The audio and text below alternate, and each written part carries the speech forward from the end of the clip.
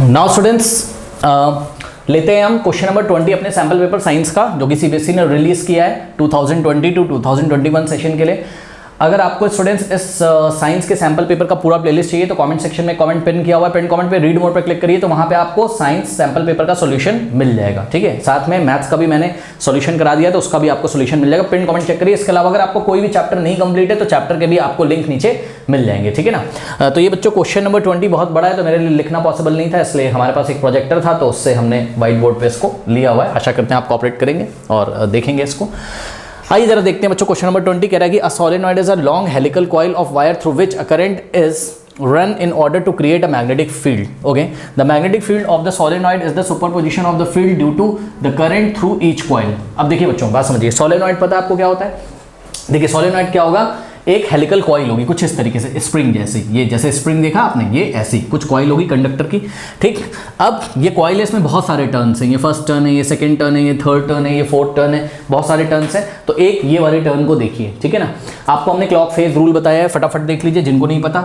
अगर बच्चों current clockwise है, अगर करंट क्लॉकवाइज है, ये देखिए क्लॉकवाइज है करंट ही, ठीक, तो अगर करंट की डायरेक्शन क्लॉकवाइज है तो बनता है साउथ पोल, और अगर करंट की डायरेक्शन एंटी क्लॉकवाइज है तो बनता है हमारा नॉर्थ पोल। ध्यान से चेक करिए, करंट अगर क्लॉकवाइज है, थंब कहाँ आ रहा है? अंदर। थंब अंदर आने का मतलब है, ये देखिए करंट अगर क्लॉकवाइज है तो थंब कहाँ आ रहा है? अंदर। थंब अंदर आने का मतलब है थंब जिधर भी आपका आता है उधर मैग्नेटिक फील्ड की डायरेक्शन होती है। तो मैग्नेटिक फील्ड की डायरेक्शन कैसी है? अंदर। तो मैग्नेटिक फील्ड लाइंस, आपने बार मैग्नेट देखा है ना, तो बार मैग्नेट में मैग्नेटिक फील्ड लाइन देखिए, ये साउथ पोल है, ये नॉर्थ पोल है। आपको पता है नॉर्थ पोल से मैग्नेटिक फील्ड लाइन निकलती है और साउथ पोल में एंटर करती हैं, ये ऐसे नॉर्थ से निकलती हैं और साउथ में एंटर करती हैं। ठीक है ना, कुछ इस तरीके से नॉर्थ से मैग्नेटिक फील्ड लाइंस निकलती हैं और ये साउथ में ऐसा एंटर करती हैं, यानी कि मैग्नेट के बाहर नॉर्थ टू साउथ होती है इसकी डायरेक्शन मैग्नेटिक फील्ड लाइन की, बट मैग्नेट के अंदर साउथ से नॉर्थ होती है। ये क्लोज लूप बनाता है, ये हमने आपको कई बार बताया है। ठीक है ना, तो ध्यान से चेक करिए, करंट अगर इस वाले कॉइल में अगर एंटी क्लॉकवाइज होगा, ये एंटी क्लॉकवाइज देखिए करंट, तो अपनी ये चारों उंगलियां आप एंटी क्लॉकवाइज ऐसे रखिए इस कॉइल पे, तो थंब कहाँ आ रहा है? बाहर। ये ऐसा थंब आ रहा है बाहर, इसका मतलब बाहर का मतलब मैग्नेटिक फील्ड लाइन निकलते हुए नजर आ रही है। निकलते हुए कहाँ से नजर आती है? नॉर्थ पोल से। इसलिए जब करंट एंटी क्लॉकवाइज होता है तो वहाँ पे नॉर्थ पोल बनता है। ठीक है ना। तो देखो अब ये हेलिकल कॉइल है, ऐसी बहुत सारी कॉइल्स हैं। ध्यान दें बच्चों, एक कॉइल ये होगी, ठीक है, फिर इसके आगे एक कॉइल होगी, फिर इसके आगे एक कॉइल होगी, फिर इसके आगे एक कॉइल होगी। एक कॉइल का मतलब टर्न्स, कॉइल तो एक ही है, उसमें टर्न्स बहुत सारे हैं। ये फर्स्ट टर्न है, ये सेकंड टर्न है, फिर थर्ड टर्न है, ऐसे ऐसे बहुत सारे टर्न्स हैं। तो ध्यान चेक करिए, अब हमने ये देखिए कैमरे में ऐसे खड़ा हो जाता हूँ, ठीक है, ये फर्स्ट टर्न है, फिर उसके बाद second turn, third turn, fourth turn, इस तरह के बहुत सारे टर्न है। अब ध्यान चेक करो, करंट आपने ऐसा क्लॉकवाइज भेजा, ठीक है, तो जब आप करंट क्लॉकवाइज भेजोगे तो थंब कहाँ आएगा? अंदर। ठीक, अब करंट जब ऐसे क्लॉकवाइज चल ही रहा है यहाँ से देखने पे, तो सेकंड वाली जो टर्न होगी यहाँ पे, सेकंड टर्न जो होगा कॉइल का, इसमें भी देखोगे तो करंट क्लॉकवाइज, तो फिर से मैग्नेटिक फील्ड अंदर। आप ध्यान दीजिए, फर्स्ट टर्न के कारण भी मैग्नेटिक फील्ड अंदर, सेकंड टर्न के कारण भी मैग्नेटिक फील्ड अंदर, थर्ड टर्न के कारण भी मैग्नेटिक फील्ड अंदर। इसलिए सभी टर्न्स के कारण मैग्नेटिक फील्ड की डायरेक्शन कहाँ आ रही है? अंदर आ रही है।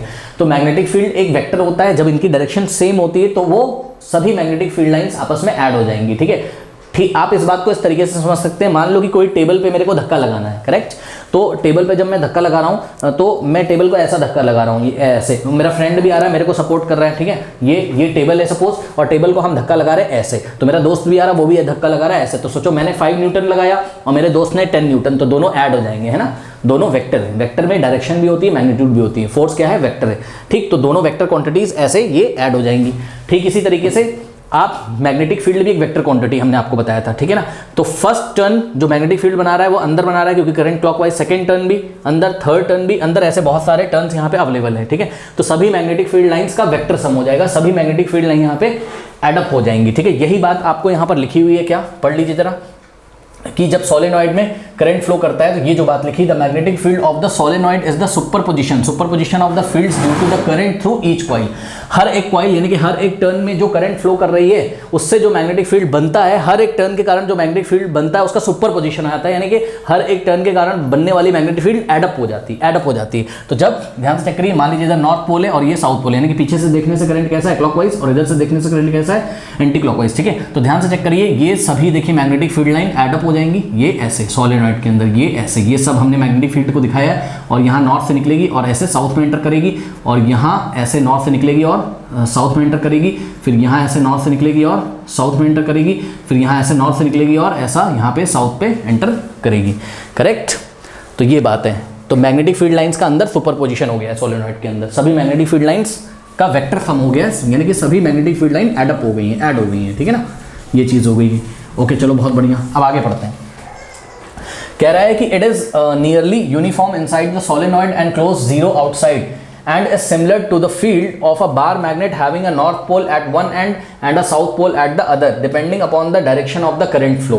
अच्छा बहुत बढ़िया। अब ये जो पैराग्राफ लिखा है, it is nearly uniform inside the solenoid, तो ध्यान से चेक करिए बच्चों, ये देखिए ये जो सोलेनॉइड है, ठीक है ना, सोलेनॉइड में ये यूनिफॉर्म रहती है, मैग्नेटिक फील्ड लाइन कैसी रहती है, यूनिफॉर्म। यूनिफॉर्म मतलब हर जगह हर पॉइंट पे मैग्नेटिक फील्ड लाइन का स्ट्रेंथ सेम होता है, ठीक है। क्लास में हमने आपको पढ़ाया था, मैग्नेटिक फील्ड लाइन अगर इक्वी डिस्टेंट हो, मतलब बराबर दूरी पे हो, तो हम बोलते हैं मैग्नेटिक फील्ड का स्ट्रेंथ कैसा, यूनिफॉर्म है।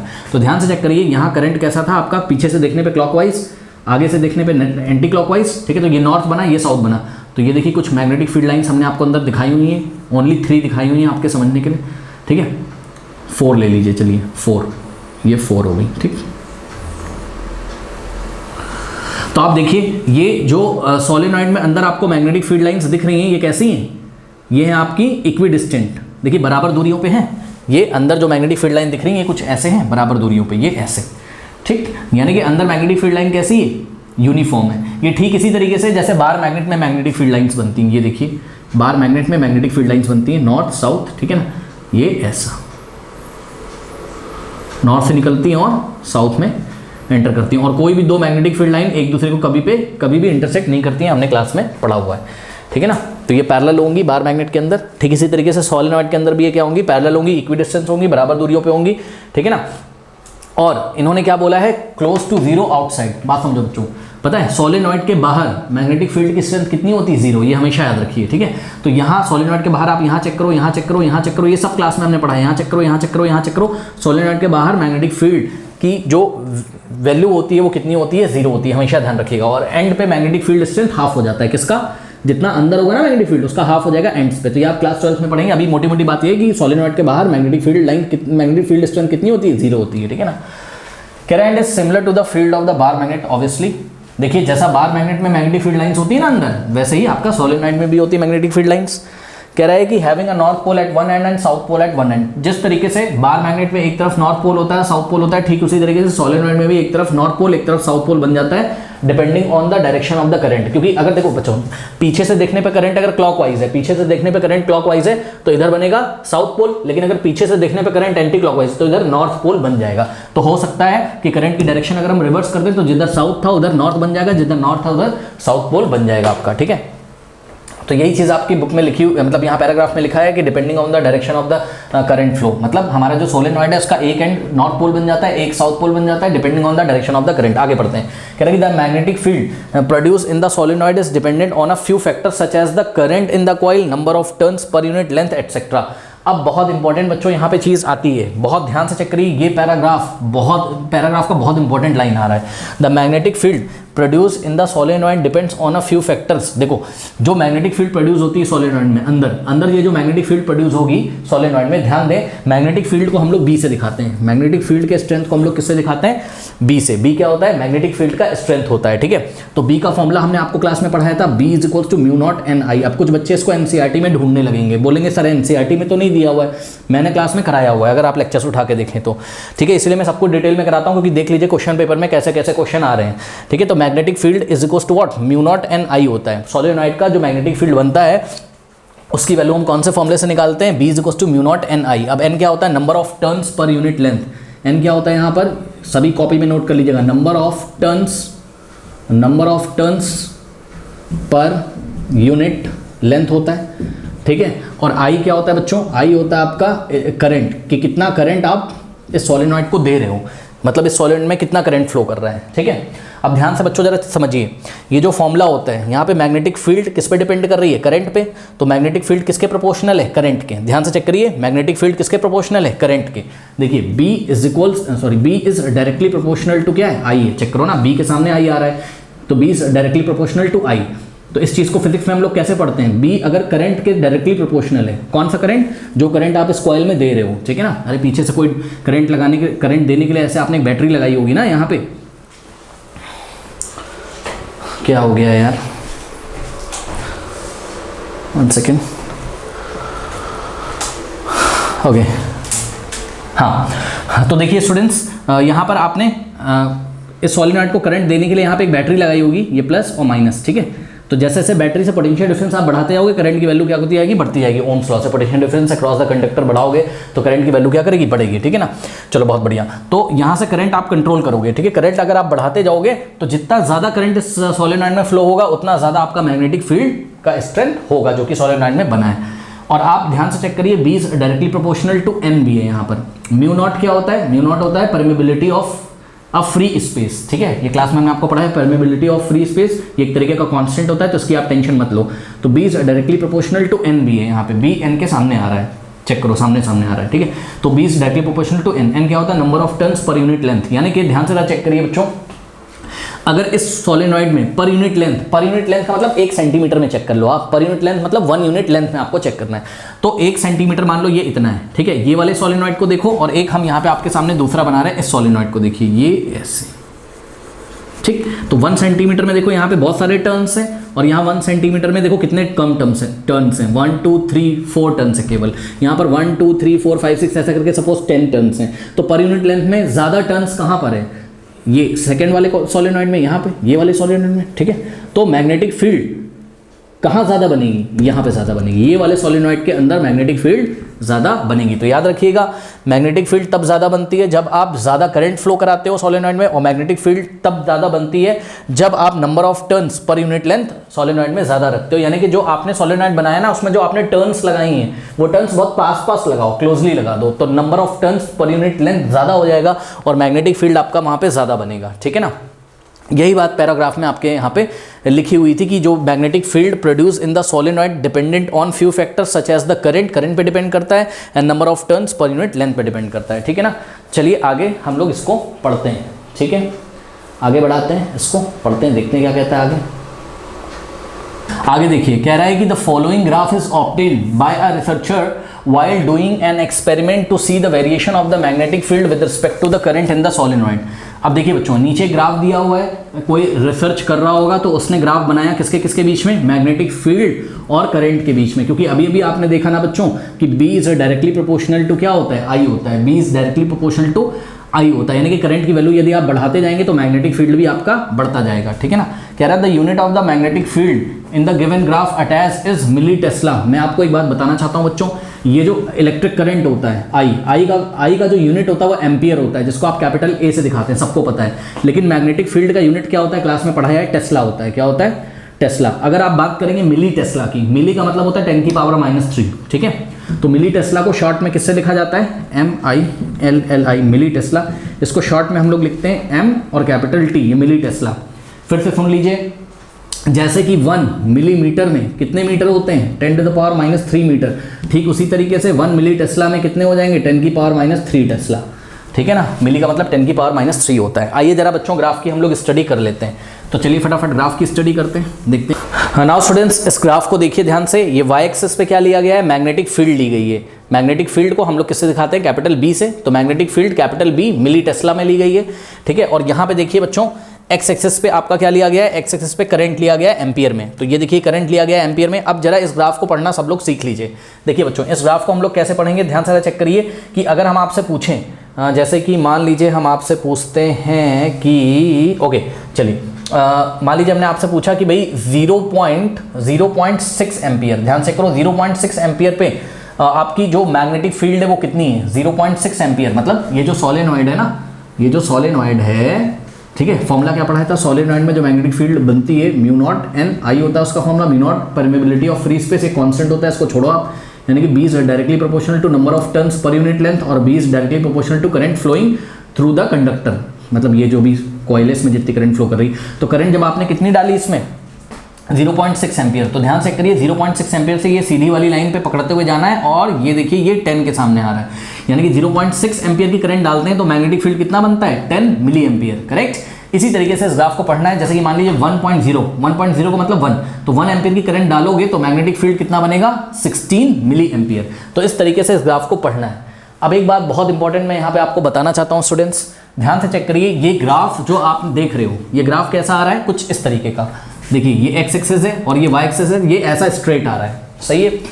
तो ये ऐसा स्ट्रेट ग्राफ कब आता था, क्लास 9th में स्टूडेंट्स आप लोगों ने पढ़ा हुआ है, ठीक है, एनसीईआरटी एग्जाम्पलर में क्वेश्चन दिया रहता था कि जब y is equals to X हो जाए, याद करिए y इज इक्वल्स टू क्या हो जाता था, x आ जाता था, तो y is equals to X वाली लाइन ऐसे करके जाती थी, और इसका मतलब क्या होता था कि x अगर बढ़ता जाएगा तो y भी क्या होता जाएगा, बढ़ता जाएगा। ठीक ठीक उसी तरीके से कुछ ये बिहेव कर रहा है, ध्यान से चेक करो जरा, b is directly proportional to क्या है, i है, ठीक है, यानी कि b is equals to proportional हटाओगे तो एक कांस्टेंट आएगा के, उसको छोड़ो आप, कांस्टेंट को इग्नोर करो, लेकिन ध्यान चेक करो जैसे कि y की प्रोपोर्शनल था किसके, x के, यहाँ x की पावर 1 होती थी, याद करिए, और y की पावर भी 1 होती थी। ठीक उसी तरीके से इस कांस्टेंट को छोड़ो आप, यहाँ पे करंट i की पावर 1 है और b की पावर 1 है, तो ग्राफ कैसा बनेगा, ग्राफ लीनियर ही तो बनेगा, स्ट्रेट लाइन ही तो बनेगा। लीनियर इक्वेशन इन 2 वेरिएबल वाले चैप्टर में आपने पढ़ा हुआ है ग्राफ बनाना, ठीक है। तो ये देखिए ग्राफ बन रहा है ये ऐसा, और ये कहाँ से पास कर रहा है, ओरिजिन से पास कर रहा है, ठीक है ना, ओरिजिन से पास कर रहा है।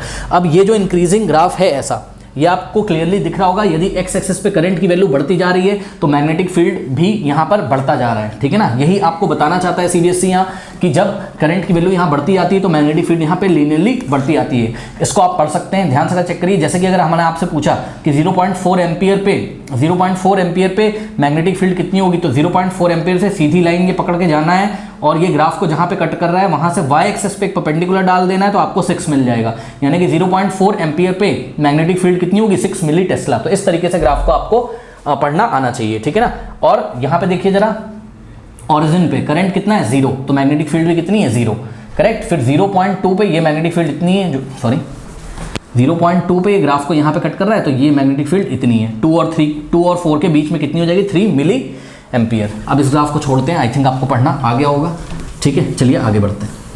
नाउ स्टूडेंट्स, अब इस पैराग्राफ पे बेस्ड क्वेश्चंस को देखते हैं हम लोग। तो कह रहा है कि what type of energy conversion is observed in a linear solenoid. देखो बच्चों, लीनियर सोलेनॉइड पता है क्यों बोला उन्होंने, सोलेनॉइड भी 2 तरीके के होते हैं, ये होता है देखिए लीनियर सोलेनॉइड, ये वाला होता है लीनियर सोलेनॉइड, और अगर इसी स्प्रिंग को ऐसा आप गोल घुमा दो तो ये टॉरॉइड बन जाता है। ये देखिए, ये ऐसे शेप का दिखाई पड़ेगा तो इसको हम लोग क्या बोलते हैं, टॉरॉइड।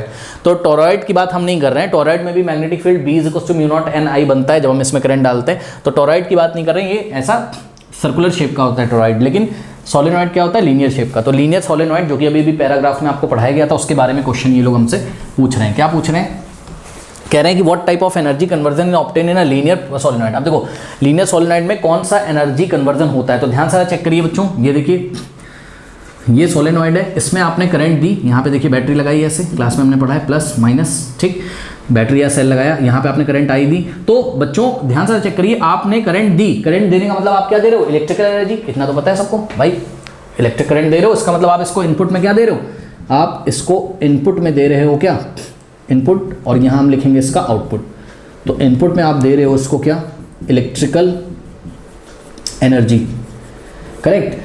अब ये नहीं समझ में आ रहा है कि इसका आउटपुट क्या मिलेगा, तो सुनो मैं बता रहा हूँ।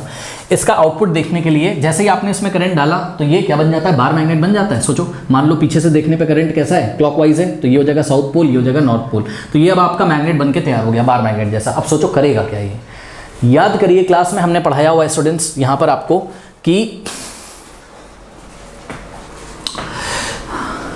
सोलेनॉइड में जब हम एक सॉफ्ट आयरन कोर रख देते थे, याद करिए, सॉफ्ट आयरन कोर जब हम रख देते थे, सॉफ्ट आयरन का एक रॉड रख देते थे, तो ये इलेक्ट्रोमैग्नेट बन जाता था, याद है। और इस इलेक्ट्रोमैग्नेट को हम लोग क्रेन वगैरह में लगाते थे, क्रेन में, याद करिए क्रेन में लगाते थे। जैसे कि कोई स्क्रैप पड़ा हुआ है, कोई ये स्क्रैप पड़ा हुआ है, आयरन, कोई स्क्रैप पड़ा हुआ है, इसमें आयरन है, ये देखिए इसमें आयरन है, बहुत सारे आयरन के टुकड़े हैं। अब क्या करेंगे, क्रेन में हम लोग ये इलेक्ट्रोमैग्नेट लगा देते हैं। आपको इतनी बात तो पता होगी कि जब हम सोलेनॉइड के अंदर बार मैग्नेट रख देते हैं तो जो बन के आता है उसी को हम क्या बोलते हैं, इलेक्ट्रोमैग्नेट। ये अंदर सॉफ्ट आयरन कोर रखने से इसकी स्ट्रेंथ बढ़ जाती है सोलेनॉइड की, मतलब ये मैग्नेटिक वो क्यों बढ़ जाती है वो भी हम आपको बताएंगे। तो सॉफ्ट आयरन कोर रखने से इसकी स्ट्रेंथ बढ़ जाती है, यानी कि और पावरफुल मैग्नेट ये बन जाएगा, ठीक है ना। तो यहाँ पे आयरन स्क्रैप है तो क्रेन में आपने ये लगा दिया और स्विच ऑन कर दिया इस इलेक्ट्रोमैग्नेट का, ठीक है। क्रेन आएगा और यहाँ से आयरन के स्क्रैप को ऐसा, आयरन मतलब इस स्क्रैप में से जो आयरन होगा उसको ऐसा उठा के ले जाएगा, आप उठा के ले जा रहा है, ठीक है ना। और यहाँ पर आपने स्विच ऑफ कर दिया, जैसे ही आप करंट ऑफ कर दोगे तो ये इसकी मैग्नेटिज्म खत्म हो जाएगी, है ना। पता है ना, इलेक्ट्रोमैग्नेट को हम लोग कंट्रोल कर सकते हैं। जैसे करंट की वहाँ पे सप्लाई बंद कर देते हैं, उसका मैग्नेटाइजेशन खत्म हो जाता है, वो डीमैग्नेटाइज होता है, वो मैग्नेट नहीं रहा तो तुरंत आयरन स्क्रैप को यहाँ छोड़ देगा। मतलब यहाँ से जो स्क्रैप में से आयरन के जो भी हमारे पास पीसेस हैं उनको निकाल के दूसरी जगह रखने में ये हेल्पफुल है। एक तो ये आप देख रहे हो। दूसरा हम आपको दिखाएं कि जब हमने यहाँ करंट की वैल्यू डाली, ठीक है, ध्यान से चेक करिए, ये आपका बन गया नॉर्थ, ये बन गया साउथ। अगर हम यहाँ पे एक बार मैग्नेट इसके सामने लेके आते हैं, इसके सामने अगर बार मैग्नेट लेके आते हैं, ये नॉर्थ और ये साउथ, तो सोचो ये वाला जो हमारा सोलेनॉइड है, क्योंकि ये भी बार मैग्नेट जैसा बिहेव कर रहा है, बन चुका है, तो ये क्या करेगा, इसको क्या करेगा, रिपेल करेगा। सोचो ना, ये इसको क्या कर रहा है, रिपेल कर रहा है, पीछे फेंकेगा। तो सोचो ये सोलेनॉइड क्या कर रहा है भैया, मैकेनिकल वर्क कर रहा है, मैकेनिकल वर्क कर रहा है, आपको मैकेनिकली एनर्जी दे रहा है ये, ध्यान से चेक करिए। तो इसका मतलब इनपुट में इलेक्ट्रिकल एनर्जी है भाई, इसने इसको ढकेला। अब देखो जैसे कि मान लो ये इसको मैं ऐसा ढकेल रहा हूँ, तो मैं क्या कर रहा हूँ, ये देखिए मैं इस पर मैकेनिकली वर्क कर रहा हूँ ना, और आपको पता है वर्क एनर्जी में कन्वर्ट हो जाता है, आपको पता है work is equivalent to what, energy. ये तो हमने क्लास 9 में पढ़ा था, ठीक है। तो ये बार मैग्नेट ये बार मैग्नेट कर रहा हूँ, ये सोलेनॉइड इस बार मैग्नेट को ढकेल रहा है। उसके बाद आपने देखा कि जब इस सोलेनॉइड को हमने एज अ इलेक्ट्रोमैग्नेट यूज़ किया तो इसने जो है आपको मैकेनिकल वर्क करके दिया। आयरन जो स्क्रैप था वहाँ से आयरन के पीसेस को उठा के दूसरी जगह पे उसने रखा, ठीक है ना। तो ये सब है। तो इस तरीके से आपने देखा इनपुट में आप क्या देते हो, करंट यानी कि इलेक्ट्रिकल एनर्जी, और आउटपुट में क्या मिलता है आपको, आउटपुट में मिलता है आपको मैकेनिकल एनर्जी, मैकेनिकल एनर्जी या मैकेनिकल वर्क आप बोल सकते हो, ठीक है। तो यहाँ मोटी मोटी बात ये, एनर्जी कन्वर्जन कहाँ से कहाँ हुआ, इलेक्ट्रिकल से मैकेनिकल, ठीक है। क्या ऑप्शन में दिया हुआ है इलेक्ट्रिकल से mechanical, yes, electrical to mechanical, तो option C is the correct option, okay. अब देखिए कुछ बच्चे सोचेंगे मैकेनिकल टू मैग्नेटिक, ऐसा कुछ नहीं है यहाँ पे, मैकेनिकल इनपुट थोड़ी ना दिया आपने, तो इनपुट में क्या दिया है, इलेक्ट्रिकल एनर्जी दी है, फिर इलेक्ट्रिकल टू मैग्नेटिक नहीं, ऐसा तो कुछ नहीं है। देखो मैग्नेटिक एनर्जी होती है, हम मना नहीं कर रहे हैं, मैग्नेटिक एनर्जी होती है, उसके बाद आप उसके बारे में आप कहाँ पढ़ोगे, क्लास 12 में। तो वो मैग्नेटिक एनर्जी का कॉन्सेप्ट कुछ और है, उसको छोड़ो आप, ठीक है ना, वो इलेक्ट्रिकल डिवाइसेस में यूज होता है। बट अभी के लिए आप देखो सोलेनॉइड क्या कर रहा है, इनपुट में इलेक्ट्रिकल एनर्जी ले रहा है, उससे हम मैकेनिकल वर्क ले सकते हैं, तो ये ऑप्शन नहीं होगा। फिर इलेक्ट्रिकल टू मैकेनिकल, उसके बाद मैग्नेटिक टू मैकेनिकल नहीं, मैग्नेटिक एज अ इनपुट आपने मैग्नेटिक वाला कोई चीज़ थोड़ी ना दिया है, इसको तो इलेक्ट्रिकल एनर्जी दिया है, तो ये ऑप्शन भी हो नहीं सकता, ठीक है। तो option C is the correct option. Now students next question देखिए, कह रहा है कि what will happen if a soft iron bar is placed inside the solenoid. ध्यान दें students, What will happen if a soft iron bar is placed inside solenoid? पहले तो मैं आपको एक बात बताना चाहता हूँ बच्चों, ये जो सॉफ्ट आयरन आपका बार होता है, सॉफ्ट आयरन बार जो होता है, ये एक आपका पैरामैग्नेटिक मटेरियल है। पैरामैग्नेटिक में भी ये फेरोमैग्नेटिक है। बात समझो, देखो बात समझो बच्चों। देखो होता क्या है, आपका होता है डायमैग्नेटिक मटेरियल, ये हमने क्लास में सब डिस्कस किया हुआ है, डायमैग्नेटिक, इसलिए मैं कहता हूँ बार बार क्लास कर लीजिए एक बार। डायमैग्नेटिक मटेरियल होते हैं कुछ। अब ये डायमैग्नेटिक मटेरियल क्या होते हैं, देखो बच्चों, फिर होता है आपका पैरामैग्नेटिक मटेरियल होंगे, फिर होगा आपका फेरो, ठीक है, फेरोमैग्नेटिक मटेरियल होता है। अब देखिए कोई भी मटेरियल है, मान लीजिए मेरा मार्कर भी है, पता है इस मार्कर में बहुत सारे इलेक्ट्रॉन्स हैं, पता है आपको, और ये इलेक्ट्रॉन बहुत, मैं बेसिक तरीके से आपको समझाता हूँ, ये इलेक्ट्रॉन बच्चों एटम में न्यूक्लियस के चारों तरफ ऐसे ऐसे घूम रहे हैं, ऐसे आप समझ लो अभी, ठीक है ना। तो जब ये इलेक्ट्रॉन मान लो ऐसे चल रहे हैं क्लॉकवाइज, तो करंट कैसे चलता है, याद करो, जिधर इलेक्ट्रॉन चलता है उसके जस्ट ऑपोजिट करंट चलता है। बात समझ आई कि नहीं। तो दिमाग लगाइए स्टूडेंट, हर एक इलेक्ट्रॉन जो कि रिवॉल्व हो रहा है एटम के चारों तरफ, डिफरेंट जो वैलेंस शेल कह रहा हूँ, सॉरी, डिफरेंट जो एनर्जी शेल्स होती हैं, उसमें इलेक्ट्रॉन अगर रिवॉल्व कर रहे हैं तो करंट बन रहा है। और अगर करंट बन रहा है तो बहुत ध्यान से चेक करिए बच्चों, अगर करंट बन रहा है तो क्या होगा, तो ये कैसा बिहेव करेगा, मैग्नेट जैसा। चेक करो ना, अगर आपके पास एक सिंगल टर्न भी है करंट की, ये देखिए करंट यहाँ पे एक सिंगल टर्न भी अगर करंट की, तो ये देखिए मान लीजिए करंट एंटी क्लॉकवाइज है, क्योंकि यहाँ हमने दिखाया है इलेक्ट्रॉन कैसे चल रहे हैं क्लॉकवाइज, ठीक है। तो ये करंट अगर एंटी क्लॉकवाइज है, तो एंटी क्लॉकवाइज ये देखिए, तो थंब कहाँ आ रहा है बाहर, तो ये नॉर्थ पोल बनेगा, तो पीछे साउथ पोल, यानी कि हर एक इंडिविजुअल इलेक्ट्रॉन जो कि रिवॉल्व कर रहा है ना, वो एक छोटे छोटे मैग्नेट बना रहा है, छोटे छोटे मैग्नेट बना रहा है। और ऐसे बहुत सारे मैग्नेट्स के कलेक्शन को हम डोमेन बोलते हैं। क्या बोलते हैं, डोमेन बोलते हैं। तो होता क्या है, बात समझो ना, ये जो मार्कर है ना, इसमें भी मैग्नेटिज्म है, आपके बालों में भी मैग्नेटिज्म है, कोई भी मटेरियल ऐसा नहीं जिसमें मैग्नेटिज्म ना हो।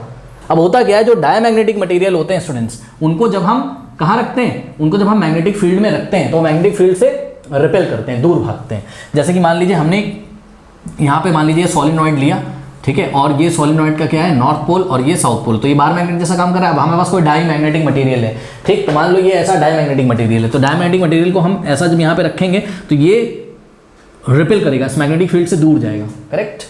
अब ये दूर क्यों जाता है वो मैं आपको बता रहा हूँ, क्योंकि यहाँ पे देखिए सोलेनॉइड में मैग्नेटिक फील्ड की डायरेक्शन कहाँ से कहाँ है, ये ऐसे, मतलब ये नॉर्थ पोल से ऐसे लाइंस निकल रही हैं, ठीक।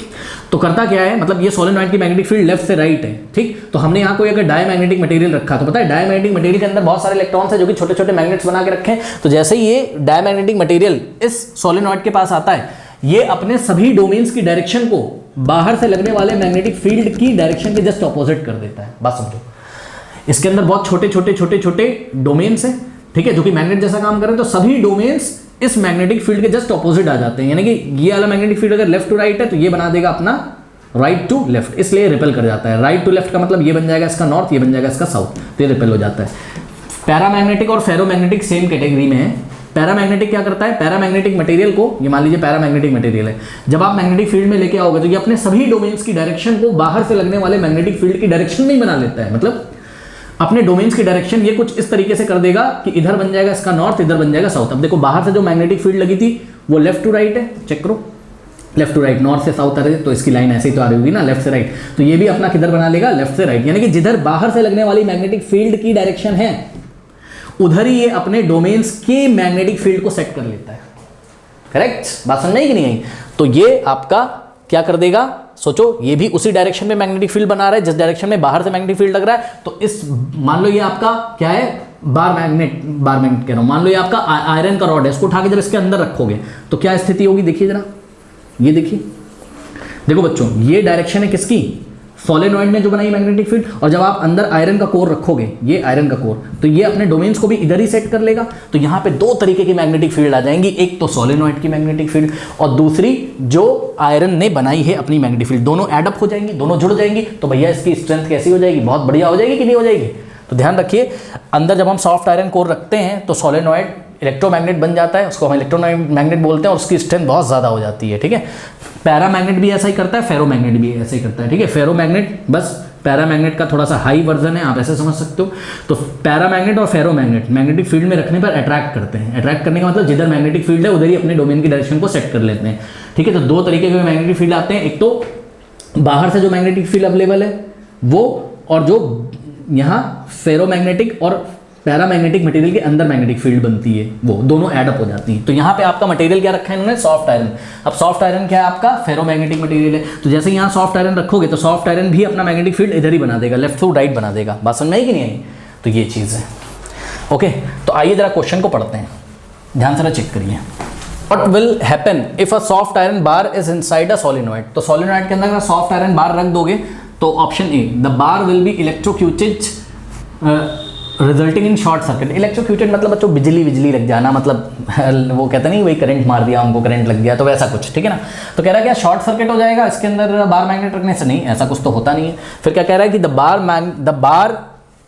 बार मैग्नेट नहीं, बार रखने से, सॉफ्ट आयरन बार रखने से क्या शॉर्ट सर्किट हो जाएगा? नहीं, the bar will be magnetize as long as there is a current in the circuit. अब ध्यान से बच्चों सुनिए जरा, एक बात बताओ, इस सॉलिनॉइड में आपने आई करंट लगा के रखी है ना, तो हमें पता है कि जब तक इसमें करंट फ्लो करेगी, ठीक है, जब तक इसमें करंट फ्लो करेगी तभी तक ये सॉलिनॉइड क्या बना रहेगा, मैग्नेट बना रहेगा। सुनो, मैंने क्या बताया था, ये आपका सॉलिनॉइड है और सॉलिनॉइड मैग्नेटिक फील्ड ऐसे बना रहा है, ये लेफ्ट टू राइट। सुनो, जैसे ही आप करंट की सप्लाई रोक देते हो वैसे ही ये बार मैग्नेट, अब बार मैग्नेट कह रहा हूँ, सॉरी, वैसे ही सॉलिनॉइड अब मैग्नेट जैसा बिहेव नहीं करेगा। अगर आपने करंट की सप्लाई यहाँ रोक दी तो ये मैग्नेट, इसका मैग्नेटाइजेशन खत्म हो जाएगा। तो सोचो क्या होगा जब आपने इसमें सॉफ्ट आयरन बार रखी होगी, तभी तो सॉफ्ट आयरन बार भी मैग्नेटाइज हुआ होगा। किसके इफेक्ट में? ये बाहर से लगने वाली मैग्नेटिक फील्ड के इफेक्ट में। बाहर से कौन मैग्नेटिक फील्ड लगा रहा है? बाहर से आपका सोलेनॉइड मैग्नेटिक फील्ड लगा रहा है, ठीक है ना। तो सोलेनॉइड में ही अगर मैग्नेटिक फील्ड नहीं बनेगी तो आपका जो आयरन कोर रखा हुआ है अंदर, आयरन बार रखा हुआ है, उसका भी मैग्नेटाइजेशन क्या हो जाएगा, खत्म हो जाएगा। तो ध्यान से रखिए, ध्यान से देखिए, आपने अंदर क्या रखा है, आयरन बार रखा है। ये क्या है, एक फेरोमैग्नेटिक मटेरियल है। तो फेरोमैग्नेटिक मटेरियल जो होंगे आपके, वो एक्सटर्नली जब कोई मैग्नेटिक फील्ड लगती है तो अपना मैग्नेटिक फील्ड उधर ही सेट कर लेते हैं जिधर बाहर से लगने वाली मैग्नेटिक फील्ड होती है। ठीक। तो यहाँ पे सोलेनॉइड में left to right magnetic field है, तो अगर आप सॉफ्ट आयरन कोर रखोगे तो ये भी अपनी मैग्नेटिक फील्ड लाइन कहाँ सेट कर लेगा, लेफ्ट टू राइट। लेकिन जैसे यहाँ करंट ऑफ हो जाएगा तो बाहर से लगने वाली मैग्नेटिक फील्ड, ध्यान से चेक करिए, ये बाहर से लगने वाली मैग्नेटिक फील्ड जीरो हो जाएगी, क्योंकि जब तक करंट जाएगा आपके सोलेनॉइड में तभी तक ये सोलेनॉइड मैग्नेट जैसा बिहेव करेगा। अब यहाँ पे बाहर से लगने वाली मैग्नेटिक फील्ड जीरो हो गई तो आपका यहाँ पे जो आयरन कोर रखा हुआ है ये भी अपनी मैग्नेटिज्म नहीं शो करेगा, ठीक है। तो इसका भी मैग्नेटाइजेशन खत्म हो जाएगा, नहीं कि डीमैग्नेटाइज हो जाएगा। तो ये बात जो इन्होंने लिखी है, the bar magnet will be magnetize as long as there is a current in the circuit. तो ये बात बच्चों मेरे को सही लग रही है बिल्कुल, कि जब तक सर्किट में करंट रहेगा, यानी कि सोलेनॉइड में करंट रहेगा, तब तक आपका ये जो बार रखा हुआ है, मतलब आयरन का बार, ये मैग्नेटाइज आएगा, अदरवाइज इसकी मैग्नेटिज्म खत्म हो जाएगी। नेक्स्ट है कि the bar will be magnetize permanently. Okay, कह रहा है कि the bar will be magnetize permanently. Okay, तो कह रहा है कि क्या बार परमानेंटली मैग्नेटाइज आएगी, तो जवाब है नहीं। जैसे ही आप स्विच ऑफ कर दोगे, ठीक, तो ये आयरन का जो बार था आपका, जिसके मैंने आपको बताया था ना, डोमेन्स होते हैं बहुत सारे, ठीक है, जो कि इधर उधर डायरेक्शंस में पहले रहते हैं। जैसे ही बाहर से मैग्नेटिक फील्ड लगता है तो सभी डोमेन्स यहाँ लेफ्ट टू राइट आ जाएंगे, लेकिन जैसे करंट ऑफ हो जाएगा अब ये डोमेन की डायरेक्शन फिर इधर उधर हो जाएगी, ये ऐसे, ठीक है ना। तो the bar will be magnetize permanently, क्या वो परमानेंटली मैग्नेट बन जाएगा, तो जवाब है नहीं। The bar will not affected by any means, क्या बार को हम जब, मतलब सॉफ्ट आयरन बार को जब हम सोलेनॉइड में रखेंगे तो क्या वो अफेक्टेड ही नहीं होगा, नहीं, ऐसा तो नहीं है। तो option B is the correct option. Okay, कर लीजिए। नाउ स्टूडेंट्स, नेक्स्ट क्वेश्चन देखिए, कह रहा है कि the magnetic field line produce inside the solenoid are similar to that of. अब देखो सोलेनॉइड के अंदर जो मैग्नेटिक फील्ड लाइंस होती हैं, ये देखिए अंदर जो होती हैं, मैंने आपको बताया ये मैग्नेटिक फील्ड लाइंस कैसी होती हैं, जैसे ही आपकी बार मैग्नेट में होती हैं। मान लो इधर साउथ इधर नॉर्थ है, तो नॉर्थ से निकलेंगे, ये देखिए साउथ में ये ऐसे, ठीक है। तो सोलेनॉइड में जो मैग्नेटिक फील्ड बनती है वो किसके सिमिलर होती हैं, अ बार मैग्नेट। तो option A is the correct option. आइए हम दूसरे ऑप्शंस भी देख लेते हैं स्टूडेंट्स कि इन्होंने हमें क्या क्या ऑप्शन और यहाँ पे दे रखे हैं। करेक्ट, तो नेक्स्ट ऑप्शन अगर हम देखेंगे, कह रहा है कि a straight current carrying conductor, क्या स्ट्रेट करंट कैरिंग कंडक्टर में जैसा मैग्नेटिक फील्ड होता है वैसा सोलेनॉइड के अंदर होता है, नहीं, क्योंकि हमें पता है स्ट्रेट करंट कैरिंग कंडक्टर में करंट ऊपर जा रहा हो तो ये मैग्नेटिक फील्ड लाइन कुछ इस तरीके से आती, कुछ इस तरीके से आती, कॉन्सेंट्रिक सर्कल्स बनाती हुई, तो ये तो हो नहीं सकता है। बी, ए मैं टिक लगा चुका हूँ, स्लाइड ऊपर जा चुकी। Circular current carrying loop, circular current carrying loop में आपने देखा हुआ है ये सर्कुलर करंट कैरिंग लूप होता था, ठीक है ना। तो इसमें मैग्नेटिक फील्ड लाइन कुछ इस तरीके से बनती थी, ये क्लास में पढ़ाया हुआ है। तो ऐसा भी पैटर्न नहीं होता है सोलेनॉइड का। उसके बाद इलेक्ट्रोमैग्नेट ऑफ एनी शेप, अब ये क्या दे रखा है, ऐसा तो कुछ हो नहीं सकता। इलेक्ट्रोमैग्नेट ऑफ एनी शेप, ये जो इलेक्ट्रोमैग्नेट ऑफ एनी शेप दे रखा है, उनका कहने का मतलब है कि किसी भी शेप का इलेक्ट्रोमैग्नेट अगर हम बना लें, किसी भी शेप का इलेक्ट्रोमैग्नेट अगर हम बना लें तो वैसा जो पैटर्न होगा वही सोलेनॉइड का होगा, जवाब है नहीं, ठीक है। क्योंकि ध्यान सारा चेक करिए बच्चों, एक इलेक्ट्रोमैग्नेट हम आपको और बना के दिखाते हैं, ये देखिए टोरॉइड, ये देखिए टोरॉइड में क्या होता है, ये आपका सोलेनॉइड है, ठीक है। और सोलेनॉइड में मैग्नेटिक फील्ड लाइन ये ऐसी होती, ये भी एक इलेक्ट्रोमैग्नेट है, मतलब इसके अंदर बार क्या रख दोगे, अगर सॉफ्ट आयरन बार अगर रख दोगे तो इलेक्ट्रोमैग्नेट इसको कहा जाएगा फिजिक्स में, ठीक है। अब इसी को अगर हम ऐसा घुमा देते हैं तो ये देखिए, ये टोरॉइड आपका कुछ इस तरीके से होगा। ये पहले हम सपोर्ट ले लेते हैं, यहाँ पे ये सपोर्ट हमने ले लिया, अब इस पे ऐसे हमने कॉइल बाउंड कर दी, कॉइल लपेट दी ऐसे, ठीक है, ये ऐसे। अब यहाँ पे दो एंड निकले रहेंगे तार के, ये पीछे से निकले, यहाँ पे हमने लगाया प्लस और यहाँ लगाया माइनस। तो इसमें अगर हम करंट डालेंगे तो ये भी मैग्नेटिक फील्ड बनाएगा, ठीक है, लेकिन इसकी मैग्नेटिक फील्ड कहाँ आएंगी, ये अंदर ही कैद हो जाएंगी। ये जैसे कि इसकी यहाँ पे अंदर ऐसे कैद हो जाती हैं अंदर, इसकी मैग्नेटिक फील्ड लाइन ये अंदर ऐसे करके जाएंगी, ये सर्कुलर कॉन्सेंट्रिक लूप ऐसे करके इसकी मैग्नेटिक फील्ड लाइंस बनाएंगी, ठीक है ना। तो ये देखिए, ये तो ऐसे सर्कुलर मैग्नेटिक फील्ड लाइन आ रही है टोरॉइड की, तो ठीक, सोलेनॉइड जैसी थोड़ी ना आ रही है। ये भी टोरॉइड भी एक इलेक्ट्रोमैग्नेट है बच्चों। मान लिया कि चलो अंदर हमने एक सॉफ्ट आयरन की ऐसे ये क्या कहते हैं, एक टायर जैसा हमने एक ऐसे पीस रख दिया सॉफ्ट आयरन कोर का, तो इलेक्ट्रोमैग्नेट बन गया। लेकिन इसकी मैग्नेटिक फील्ड लाइन ये बार मैग्नेट जैसे थोड़ी ना आ रही है, सोलेनॉइड की हमेशा बार मैग्नेट जैसी ही आती हैं, ठीक है। तो इलेक्ट्रोमैग्नेट तो ये भी है, लेकिन ये सोलेनॉइड को सपोर्ट नहीं कर रहा है। सोलेनॉइड तो ये रहा, ये टोरॉइड रहा, ठीक है ना। नाउ स्टूडेंट्स, नेक्स्ट पार्ट देखते हैं। कह रहा after analysing the graph a student rights the following statements. Okay, तो किसी स्टूडेंट ने बच्चों ये स्टेटमेंट्स आपके लिखे हुए हैं, ठीक है। अब ध्यान दीजिएगा, यहाँ मैं आपको लिख दूंगा कौन सा स्टेटमेंट यहाँ ट्रू है, आप बहुत ध्यान से देखिएगा इसको। फर्स्ट कह रहा है कि the magnetic field produce by the solenoid is inversely proportional to the current. बच्चों एक बात बताओ, सोलेनॉइड में जो मैग्नेटिक फील्ड थी बनी, उसका फॉर्मूला क्या था, B is equal to mu naught N I था, जहाँ पे n क्या, म्यू नॉट क्या होता था, एक कांस्टेंट होता था, n number of turns per unit length, और I क्या होता था, करंट होता था। ठीक है, तो एक बात बताइए, B तो करंट के डायरेक्टली प्रोपोर्शनल था, ध्यान से चेक करिए, B तो करंट के क्या था, डायरेक्टली प्रोपोर्शनल था, और इन्होंने बोला है कि the magnetic field produce by the solenoid is inversely proportional to current. B is inversely proportional to, ऐसा थोड़ी ना होता था कि करंट बढ़ता था तो मैग्नेटिक फील्ड घटता था, नहीं, करंट बढ़ता था तो मैग्नेटिक फील्ड बढ़ता था, करंट अगर घटता था तो मैग्नेटिक फील्ड घटता था, यानी कि मैग्नेटिक फील्ड डायरेक्टली प्रोपोर्शनल होता है करंट के। तो ये इनवर्सली प्रोपोर्शनल वाली बात तो इन्होंने गलत कर दी। सेकंड पार्ट कह रहा है कि द मैग्नेटिक फील्ड प्रोड्यूस, यानी कि मैग्नेटिक फील्ड B है, is produce by the solenoid is directly proportional to the current. B क्या है, डायरेक्टली प्रोपोर्शनल किसके, करंट के। हाँ, ये बात तो बच्चों सही लग रही है, the magnetic field produce by the solenoid is directly proportional to current. हाँ, तो सेकंड वाला तो मुझे सही लग रहा है, ध्यान दीजिएगा, सेकंड पे मैंने टिक किया हुआ है, ध्यान दें सभी बच्चे, ठीक है, क्योंकि अभी स्लाइड ऊपर चली आएगी तो आपको दिखेगा नहीं, सेकंड वाला सही है। थर्ड वाला देखते हैं, the magnetic field produce by the solenoid is directly proportional to the square of the current. ध्यान दें, the magnetic field produce by the solenoid is directly proportional to the square of the current. जी नहीं, B is directly proportional to I का square थोड़ी ना होता है, current का स्क्वायर थोड़ी ना होता है, ग्राफ हमने आपको दिखाया था लीनियर आता है, यानी कि जो मैग्नेटिक फील्ड B है वो I की पावर 1 पे डिपेंड करता है, हमने आपको बताया था, I की पावर 2 पे थोड़ी ना डिपेंड करता है। ठीक है, तो ये भी चला गया आपका। Fourth, the magnetic field produce by the solenoid is independent of the current. कह रहा है कि जो मैग्नेटिक फील्ड बनती है सोलेनॉइड में वो इंडिपेंडेंट होती, करंट पे डिपेंड ही, इंडिपेंडेंट मतलब वो करंट पे डिपेंड ही नहीं करती। नहीं भैया, ऐसा तो नहीं है, मैग्नेटिक फील्ड जो सोलेनॉइड में बनती है उसका formula mu naught N I होता है, और मैग्नेटिक फील्ड करंट पे डिपेंड करती है। ये कह रहे हैं इंडिपेंडेंट ऑफ करंट है, तो नहीं, तो ऐसा तो हो नहीं सकता है। अब इस पे इन्होंने आपसे क्वेश्चन पूछा हुआ है नीचे, कह रहा है कि choose from the following which of the following would be the correct statement. ठीक है, तो इसमें से कौन सा करेक्ट स्टेटमेंट है बच्चों, अब ज़्यादा पढ़ने की जरूरत है नहीं, तो ध्यान से चेक करिए। हमारे पास सेकंड स्टेटमेंट करेक्ट था, तो देखिए only fourth no, first second and fourth no, first and second no, fourth only, मतलब डी पे टिक लगाएंगे, ओनली सेकंड स्टेटमेंट ट्रू था, जिसमें बोला गया था कि magnetic field produce in a solenoid is directly proportional to the electric current. Okay, next question देखते हैं।